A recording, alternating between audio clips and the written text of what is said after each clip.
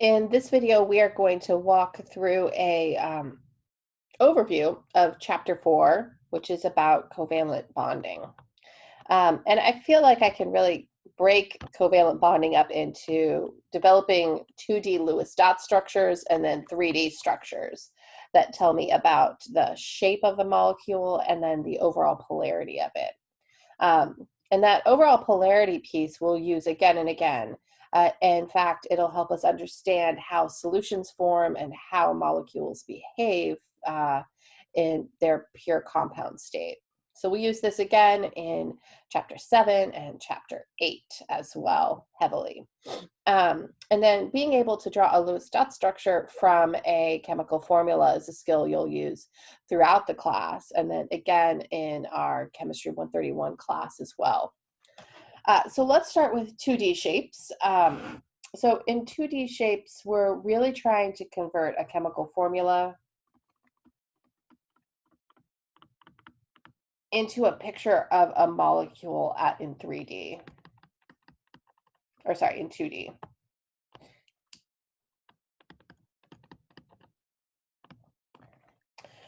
And so to do this, we really need to follow kind of a series of steps to be able to reliably create that picture.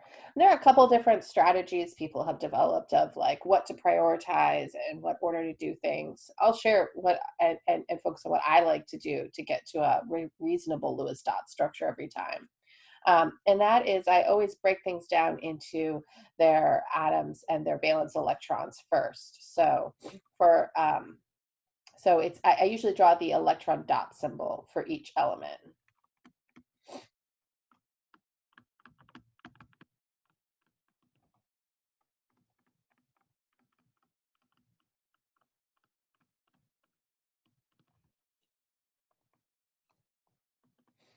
So I'll just do this on the side as a step-by-step for something like water. So I would have oxygen and hydrogen.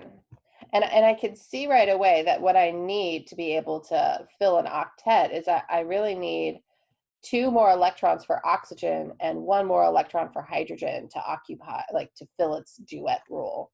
And so the second step is always to determine the most likely number of bonds that an element needs. And it's not a rigid rule, but it's a guiding principle that'll allow me to build the structure. And so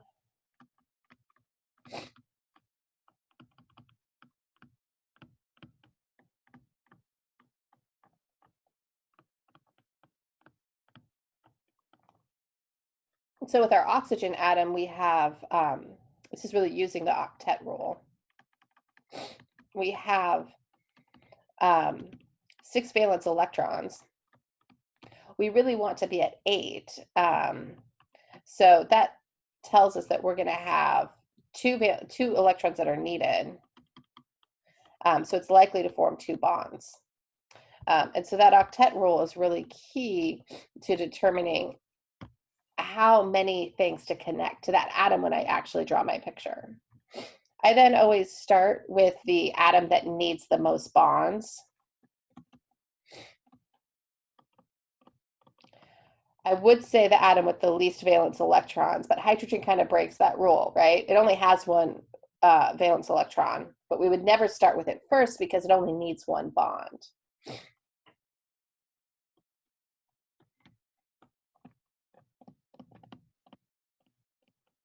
So comparing oxygen and hydrogen, where oxygen needs 2 bonds and hydrogen needs 1, I would say that oxygen would go in the middle.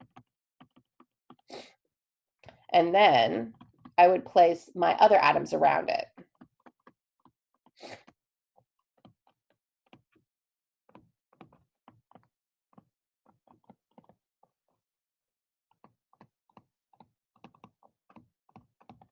And I would really be connecting the unpaired electrons here. So my hydrogen comes in and I'll align it with the unpaired electron in the oxygen. And then I'll be able to connect these 2 unpaired electrons because they're going to share with one another and form a bond. And that gives me my Lewis dot structure of oxygen. And I'm going to place my atoms around that center such that I'm increasing out, so if I had carbon that needed 4 bonds, I would start there and then do anything that needed 3 bonds or then 2 bonds. And I would always end with the atoms that only need 1 bond, which will always be hydrogen or a halogen last. And before I place those atoms that need only 1 bond, I'm going to look and see if I need to form any multiple bonds.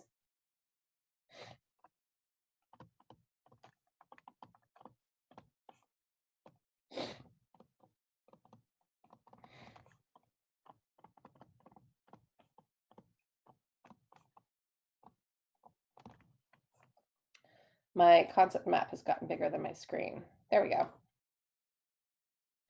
I'm also going to make sure that if I have an ion, that if it's a negative ion, I'm adding electrons to my structure. And if it's positive, I'm removing electrons. And you can remove or add to anywhere you like in the structure where it needs it, which is kind of nice. It's kind of a long list. I strongly recommend creating like a checklist or to-do list for these types of problems that you use every single time that you work on them. So that way it becomes this almost brain muscle memory when you're doing Lewis dot structures. That'll help you feel more confident when you're creating them. It's really easy with Lewis dot structures to second guess yourself and to then kind of spiral and not be able to double check yourself. So an easy way to always double check yourself is to count up your total valence electrons in the elements that you have in your chemical formula and make sure you have that total number of electrons in your Lewis dot structure. I also like to go element by element through my structure and double check it by making sure each one has an octet of electrons between its lone pairs and its bonds that are created to it, except for hydrogen, which would be 2 electrons. So once I have that 2D picture of an element, then I can convert it into 3 dimensions. And when I'm doing that, I'm always going to make sure that I'm using wedges and dashes to show perspective. So the most common one here is a tetrahedral shape where I have something in the center that's called carbon, and I would have 2 of my bonds in the same plane of the paper I'm drawing on, one that's coming out and then one that's going back. And so I can draw it like this every time. The other one where we use the wedges and dashes is for trigonal pyramidal, where I have a lone pair, and so I've got 1 bond coming out in the plane of the paper, 1 coming out at me, and 1 going back into the paper with a dash. So for our shapes, what I really would like you to know is the name of the shape and the bond angle. And so for linear, that's 180-degree bond angle. For bent, it's either 120 or it's 109 to 105. For trigonal pyramidal,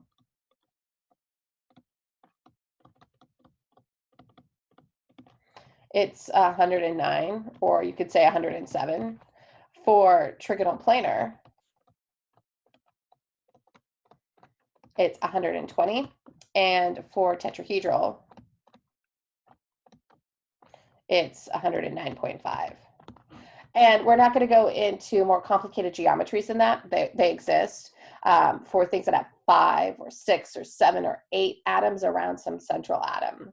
But we're going to keep with these simple ones that we see in organic chemistry over and over and over again.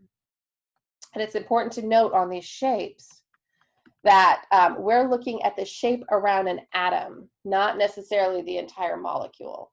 For really small molecules like this water molecule, we can assign a shape to the whole molecule because it has only 1 atom that is bonded to more than one thing. And so that shape around the oxygen becomes the shape of the whole molecule. Once we get bigger than that, and most of our molecules that will look like look at in organic chemistry, especially, are bigger than that. There isn't a shape for the molecule. There's just shapes that you can assign at each of those central atoms. And so for a big molecule, look at each central atom, give it a geometry name and a bond angle. Oh, let me write this in black.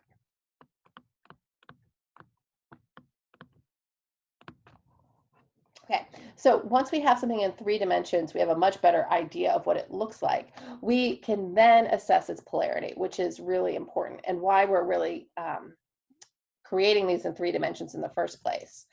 So for assigning polarity, we have polar and nonpolar. And so polar means that there is an uneven distribution of the electrons in the molecule. So it creates this electrical moment. And so it'll react to a magnet, right? Or to an electrical field. So let's say, so polar is going to be uneven electron distribution. Whereas nonpolar, everything is evenly distributed, and you don't get that same the dipole moment that'll interact with an electrical field.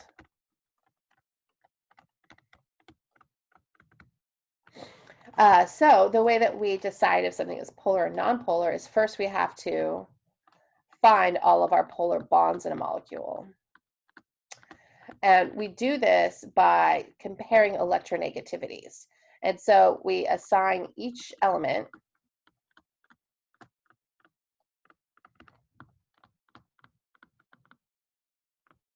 an electronegativity. And then we, for each bond, we calculate the difference in electronegativities.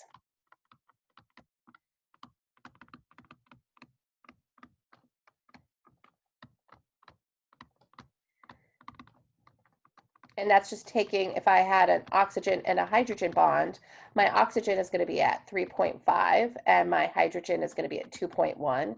So that change in electronegativity is just 3.5 minus 2.1.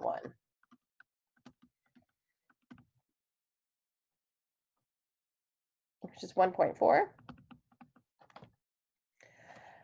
And then we could take that difference and we kind of compare to our benchmarks. So if something is 0 to 0.4 electronegativity, it's nonpolar. If it's larger than that, if it's 0.5 to 1.9, it's a polar bond. If it's larger than 1.9, we start to consider that an ionic bond. So once we figure out where our polar bonds are in the molecule, then we can look at it as a molecule as a whole. Make this smaller again. Make this and ask ourselves, okay, so if I have these polar bonds, are they evenly distributed around the molecule? So that way the uneven electron distribution they create does it create something even around the molecule? And it's unlikely it will. So if it doesn't, then it's going to have that uneven electron distribution as a whole, similar to the way it was for just a single bond.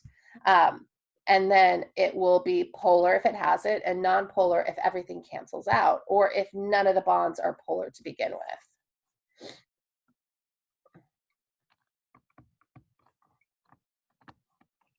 So let's write this as, do polar bonds create an uneven distribution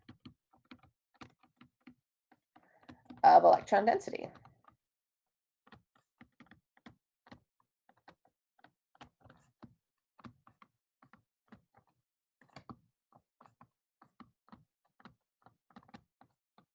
So they're nonpolar if everything is nonpolar, the bonds, or if the polar bonds cancel each other out.